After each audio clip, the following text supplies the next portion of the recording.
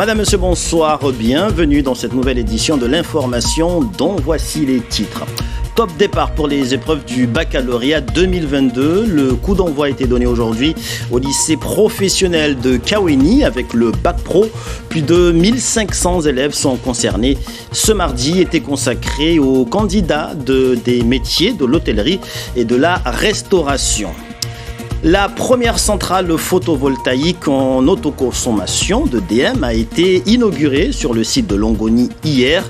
Il s'agit ici d'accélérer la transition énergétique vers l'énergie solaire, mais aussi de réduire l'émission de dioxyde de carbone. Pour en parler, nous recevons Claude Hartmann, directeur général de DM Électricité de Mayotte. Et puis on parlera de religion dans ce journal avec l'arrivée à Mayotte hier du docteur Siedna Moufadal Saifoudine. Il a été accueilli par la communauté des Daoudi Bora, des musulmans chiites et commerçants de l'île. Il nous vient de Bombay en aide. Nous ferons le point sur son arrivée à Mayotte dans ce journal. Les épreuves du baccalauréat professionnel ont donc commencé ce mardi et c'est l'histoire-géographie qui a ouvert le bal en début d'après-midi. Nous étions au lycée professionnel de Kaweni pour y assister. Sur place, Darwesh Daou, Youssouf Ahmed Matouar. Ils prennent la direction de la salle des examens sans se parler ou du moins sans se regarder. C'est dire combien ces élèves sont concentrés sur ce grand moment qui les attend en classe. Pour ce coup d'envoi destiné aux épreuves du bac pro, ils sont 70 à avoir choisi la filière de l'hôtellerie et de la restauration. Aucun n'a souhaité nous livrer ses impressions. Après le français, le matin, ces candidats enchaînent l'après-midi avec l'histoire géo. Pour le rectorat, le bac professionnel est un maillon fondamental pour le développement de Mayotte. C'est aussi important pour nous de venir encourager nos élèves de la voie professionnelle. C'est une voie d'excellence dont on ne parle pas assez souvent. Vous savez que demain commencent les épreuves du baccalauréat général, mais pour nous, c'était vraiment une priorité de mettre l'accent sur ces épreuves qui commencent aujourd'hui. On leur souhaite bon courage et puis évidemment on salue la grande implication de leurs enseignants et de toutes les équipes administratives qui sont mobilisées aujourd'hui pour que tout se passe bien. L'organisation du baccalauréat nécessite une mobilisation particulière, notamment au niveau des déplacements des élèves, compte tenu des conditions difficiles de circulation à Mayotte. La difficulté, c'est pour nous, pour jeudi, puisque nous avons les épreuves de français. Et les épreuves de français concernent les élèves de première, et ces épreuves sont basées sur le niveau national. Donc les horaires sont de 15h à 19h. Donc il a fallu que l'on voit en termes de logistique le transport de nos élèves. Donc c'était vu avec le rectorat pour que l'on puisse déplacer les horaires habituels de transport des bus qui viendront effectivement récupérer nos élèves après 19h. Demain, c'était notre grand rendez-vous, le bac général et technologique avec pour commencer la fameuse épreuve de philosophie. Des élèves qui ont suivi la voie professionnelle qui pourraient être amenés à connaître prochainement le speed dating, le job dating ou encore le coach dating, plus précisément un entretien de 30 minutes pour impulser une réflexion sur les leviers de développement de performance. Un dispositif est mis en place par Format Plus Consulting à destination des entrepreneurs locaux. Reportage en Lidine Hamada, Géraldine Louis. Elle dirige une chambre d'hôtes, gère un commerce de vente de produits du terroir et assure la présidence du comité Miss Excellence Mayotte. Nemati Toumboudani est l'une des femmes entrepreneurs de l'île et pour optimiser le fonctionnement de ces trois structures, elle participe à ce coach dating. Je pense que à chaque étape, les choses ne sont pas les mêmes. Il y a la réglementation qui change et les limites sont atteintes très vite. On ne peut pas se permettre d'être s'asseoir dans son confort parce qu'on passe à côté de beaucoup de choses. Le coaching d'éthique a pour vocation d'inviter, dans le cadre d'une demi-heure gratuite, à toutes les personnes, et notamment des cadres ou des dirigeants qui souhaitent s'interroger pendant cette demi-heure sur leur performance pour que nous puissions leur apporter, on va dire, des premières solutions dans cette interrogation, cette réflexion pour améliorer leur performance, mais également leur attitude et posture comportementale. Au cours de ce premier entretien qui est confidentiel, se décident les besoins du client. Ensemble, Entraîneurs et élèves établissent le nombre de séances nécessaires pour parvenir à l'objectif. On a, on va dire, des étapes à réaliser et à chaque fois, avant de commencer la séance, on va faire un retour sur l'étape, sur la séance précédente pour que nous puissions progresser puisque on est dans un cadre du développement individuel mais également le développement des compétences. Je dirais surtout qu'on arrive tous à un moment dans notre vie, j'emprunte un mot d'un ami qui m'a dit « Je suis arrivé à un point de ma vie où j'ai atteint le plafond de verre ». Donc l'objectif de Format Plus, c'est de vous aider à dépasser ce plafond de verre. Ensuite, les séances de 2 heures se feront en distanciel. Elles permettront à terme de lever les freins et les barrières afin de s'épanouir. Et on ouvre à présent notre page sur les législatives.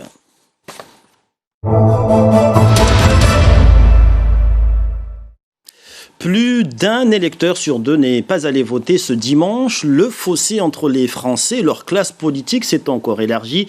Au final, avec une abstention de 52,49%, elle atteint un nouveau record sous la Ve République pour un premier tour d'élection législative. Et les jeunes restent les plus nombreux à s'être abstenus. Alors, comment les mobiliser pour le second tour? Élément de réponse dans ce reportage de nos confrères de France 2. Il reste 4 jours aux candidats pour mobiliser les électeurs. Session tractage ce matin sur ce marché d'Aix-en-Provence. Bonjour madame. Mais difficile pour cette députée sortante de la majorité présidentielle de convaincre les jeunes. C'est pas que la politique m'intéresse pas, mais c'est vrai que il y a tellement de choses, tellement d'idées différentes, etc. Moi ça me dépasse un peu, j'avoue. Anne-Laurence Pétel veut pourtant croire qu'il est possible de les attirer aux urnes pour le second tour. Ils ne se retrouvent pas dans les discours politiques, ils ne se retrouvent pas dans les enjeux. Il faut vraiment prendre le temps de leur parler, prendre le temps de discuter. Les jeunes le reconnaissent, les élections législatives ne les passionnent pas vraiment. Les législatives, en vrai, c'est moins intéressant que... Puis on en parle moins aussi. On a tendance à plus s'oublier alors que les autres... Les présidentielles, ça on y pense. Pour d'autres, c'est l'offre politique qui ne répond pas à leurs attentes. Politiquement, je suis un peu déçu. Je me suis reconnu dans aucun des programmes qui étaient présentés. Donc j'ai fait le choix de ne pas aller voter. Pour moi, l'abstention devrait être prise en compte aussi. Même parmi ces étudiants pourtant politisés, bouder les urnes ce dimanche est envisagé. De quoi susciter le débat.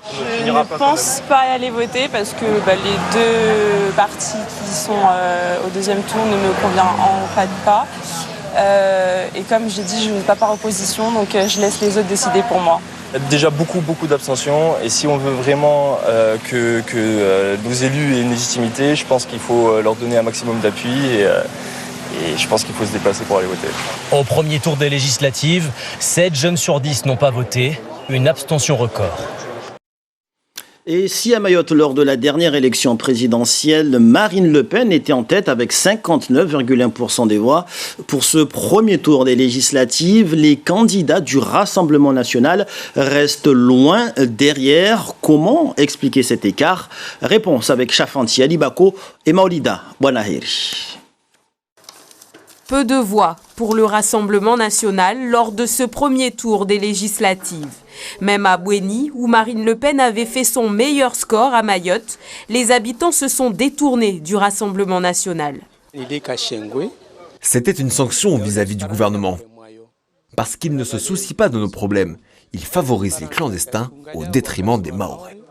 Une sanction envers le gouvernement donc, mais aussi des candidats trop effacés selon des électeurs. Ce sont les candidats qui sont ici. Nous ne croyons pas en eux. Ils ont déjà effectué des mandats ici. Et pourtant, on ne les voyait même pas. Donc, on ne votera pas pour eux. Ils sont inexistants. Marine Le Pen, nous l'aimions parce qu'elle avait des solutions pour l'insécurité. Le candidat malheureux, Saïd Ali Amissi, reconnaît un manque de préparation. Ceci étant dû, d'une part, par la préparation tardive de leur déclaration et la préparation tardive des campagnes au niveau local.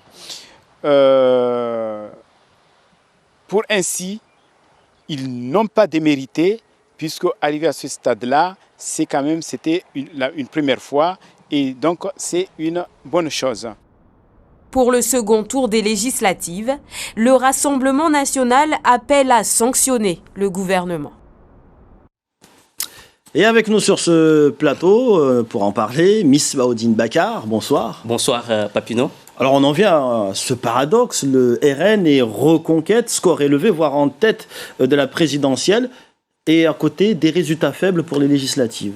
Oui, Papineau, et cette fois-ci, il ne s'agit pas d'une spécificité locale. Malgré le vote RN massif à Mayotte et dans les DOM, presque tous les candidats RN ont été éliminés dès le premier tour, à l'exception de la Guadeloupe dans la 3e circonscription, où Rodi Tolassi arrive en tête.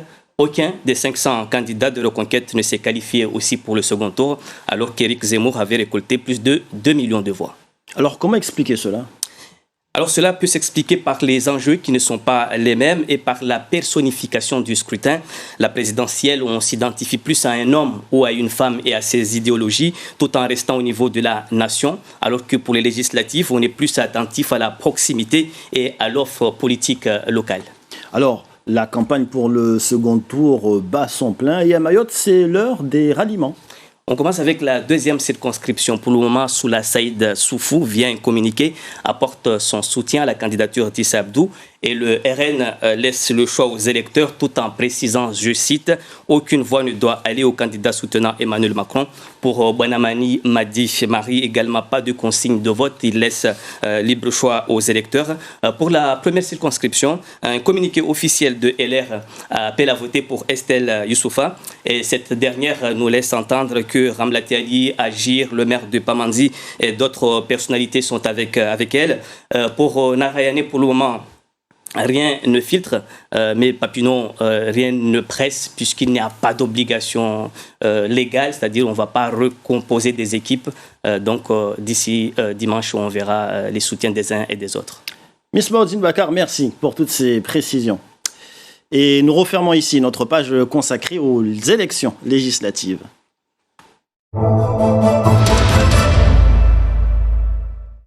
Autre titre de l'actualité, la première centrale photovoltaïque en autoconsommation d'EDM a été inaugurée hier matin. C'était sur le site de Longoni, en présence de la direction d'EDM ainsi que d'élus locaux. Un projet qui vise à accélérer la transition énergétique vers l'énergie solaire. Saïd Hachim, Fahar Housseni. Cette inauguration de la nouvelle centrale photovoltaïque est un pas de plus vers l'énergie solaire à Mayotte. L'île produit que 5% de son énergie solaire, une très faible production. Mais à court terme, l'île envisage de passer à l'énergie verte. Et ça ne sera que le début d'une conversion vers une énergie verte, puisque par ailleurs, et avec le département et avec nos actionnaires, on a choisi d'aller vers un autre carburant, qui sera du carburant bioliquide renouvelable à partir de plantes. Et d'ailleurs, la semaine dernière, on a été en visite sur le territoire français pour bien visualiser les usines, le produit, qu'est-ce que ça coûte, qui c'est qui le fournit. Et donc, on a tous été convaincus. Il faudrait 264 tonnes de bioliquide par mois pour faire tourner les usines. Le département compte bien s'engager dans ce défi. On a été visiter, on a été voir une chaîne depuis la culture jusqu'à la production, l'exploitation de bioliquide. Voilà, on pourra mettre en place le bioliquide. Il y a eu déjà des essais à Mayotte l'année dernière, en juin 2021. Ça a été avec succès, donc on sait que c'est une bonne chose. L'usine des Badamiers sera la première à abandonner le gasoil et passer au bioliquide.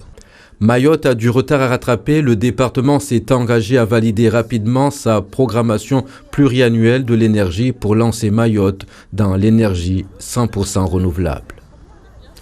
Et avec nous sur ce plateau, le directeur général de DM, Claude Hartmann. Bonsoir. Bonsoir, Pépino.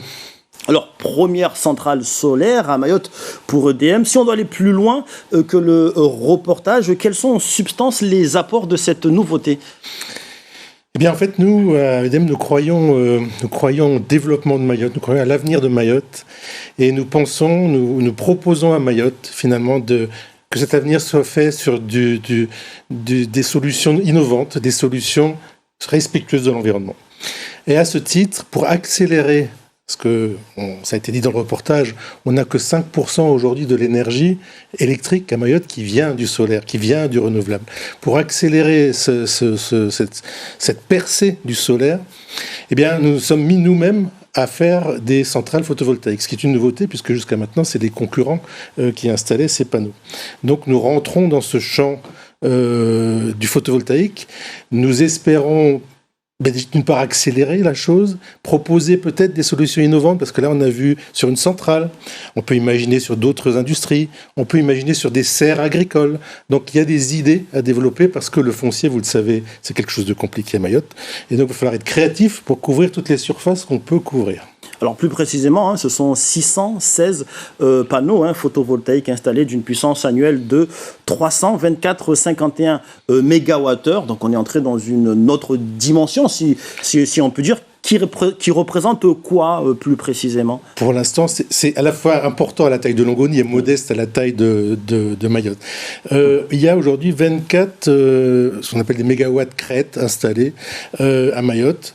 Nous-mêmes, nous projetons d'en installer 8 dans les prochaines années. Vous voyez que ça fait une belle accélération, parce que le plateau, ça fait des années que ça bouge pas. Il faut vraiment faire quelque chose pour Mayotte. Et donc, c'est dans ce terrain-là qu'on a envie aujourd'hui de s'investir. J'ai des équipes qui ont appris ce métier-là. On est en train de signer des contrats avec des surfaces. J'ai dans mon portefeuille une trentaine de projets déjà signés. On compte en avoir 70. Vous voyez, c'est le démarrage de quelque chose pour permettre à Mayotte de s'équiper de photovoltaïque de manière beaucoup plus conséquente qu'aujourd'hui. Alors, une délégation a été récemment partie en observation auprès de producteurs de biocarburants, c'était en métropole, 100% renouvelable. Comment comptez-vous accompagner ce projet à Mayotte ? En fait, on a de la chance, c'est assez simple. Nos machines, nos moteurs diesel, donc au gasoil, sont tout à fait compatibles avec ce produit. On a fait des tests il y a un an à Badimier, vous en rappelez sûrement, qui étaient des tests très concluants, parce qu'en fait, le produit, j'ai tendance à dire, fonctionne même un peu mieux que le gasoil. Et donc, on sait que ça marche. Et donc, finalement, la seule difficulté, c'est d'amener le produit jusqu'à Mayotte. C'est pas simple, puisque vous l'avez compris, c'est à base de plantes, de colza qui poussent en Europe. Donc, sauf ceci dit, aujourd'hui, on a même bien de l'hydrocarbure, donc c'est possible. Et donc, ce trajet-là, je pense, va être facilité parce que nos amis réunionnais ont, eux, un peu d'avance, un an peut-être, et donc vont convertir leur centrale à eux au bioliquide en 2023. Ce qui veut dire qu'on aura du produit dans la zone océan Indien, et donc Mayotte pourra en profiter et abandonner finalement le gasoil. Et nous suivrons ça de très près. Claude Hartmann, merci d'avoir accepté de répondre à nos questions. Je rappelle que vous êtes le DG d'électricité de Mayotte. Merci. Merci. Et puis en bref, nous apprenons aujourd'hui via la presse réunionnaise que Marie-Joseph Mallet quitte ses fonctions de PDG d'Erostra, un départ qui sera acté dans la soirée lors du conseil d'administration. Et c'est Joseph Brema qui sera nommé par la suite PDG par intérim. À noter que la compagnie aérienne réunionnaise fait l'objet d'une offre ferme de rachat déposée par un consortium local constitué du groupe Delphi et d'une dizaine d'entrepreneurs réunionnais. Cette offre est en cours d'instruction. Et puis pour terminer ce journal, un peu de religion. Nous vous en parlions hier. La communauté des Daoudi Bohra, des musulmans chiites et commerçants de l'île, ils ont accueilli leur plus haut dignitaire religieux. C'était hier après-midi sur la place Congrès de Pamandzi. Il s'agit du docteur Siedna Moufadal Saifuddin qui nous vient de Bombay en Inde. À Pamandzi, Darwesh Daou, Ibrahim Yahya.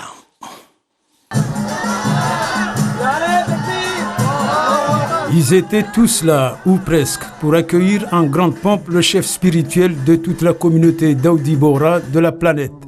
Hommes, femmes et enfants, ces fidèles n'ont pas voulu rater un tel événement, une visite destinée à consolider davantage les liens intercommunautaires dans le département. On est très heureux d'accueillir sa sainteté, Sayyidna Moufadal Saifuddin, et son père était arrivé en 1999 et maintenant après il y avait des transits d'1 heure de temps 2 fois, mais c'était vraiment court. 1 heure de transit, ça suffit pas. Mais là, on est très heureux. Il va rester pendant 4 jours. Et Alhamdulillah Rabbil Alamin. Et pour confirmer cette existence interconfessionnelle, le Conseil cardial de Mayotte a tenu à partager ce moment de ferveur et de respect mutuel. La communauté Bohra de Mayotte, ça fait des années qu'ils vivent à Mayotte et aujourd'hui ils ont accueilli un grand Saïdna Saifuddin qui est venu. Alors nous aussi, on était là pour soutenir et dire que bon voilà, nous on vit ensemble et on n'a pas de soucis avec eux et on aimerait bien qu'on vit sans difficulté, sans problème.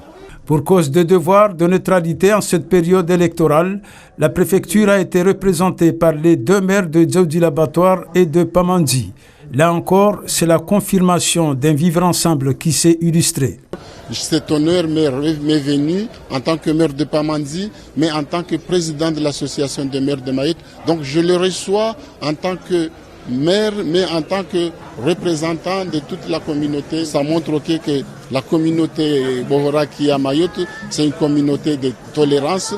Donc on vit ensemble, le vivre ensemble, il est toujours bien accueilli ici à Mayotte et puis aussi vis-à-vis de l'extérieur qui viennent à Mayotte. Et pour symboliser cette communion fraternelle, le chef spirituel a offert des draps traditionnels de prière aux différents représentants socio-culturels et interconfessionnels, le tout dans la joie et la bonne humeur. Fin de ce journal, merci pour toute votre attention. L'info se poursuit avec le journal à Maoré dans un instant. Passez une très bonne soirée sur notre antenne et à tout à l'heure.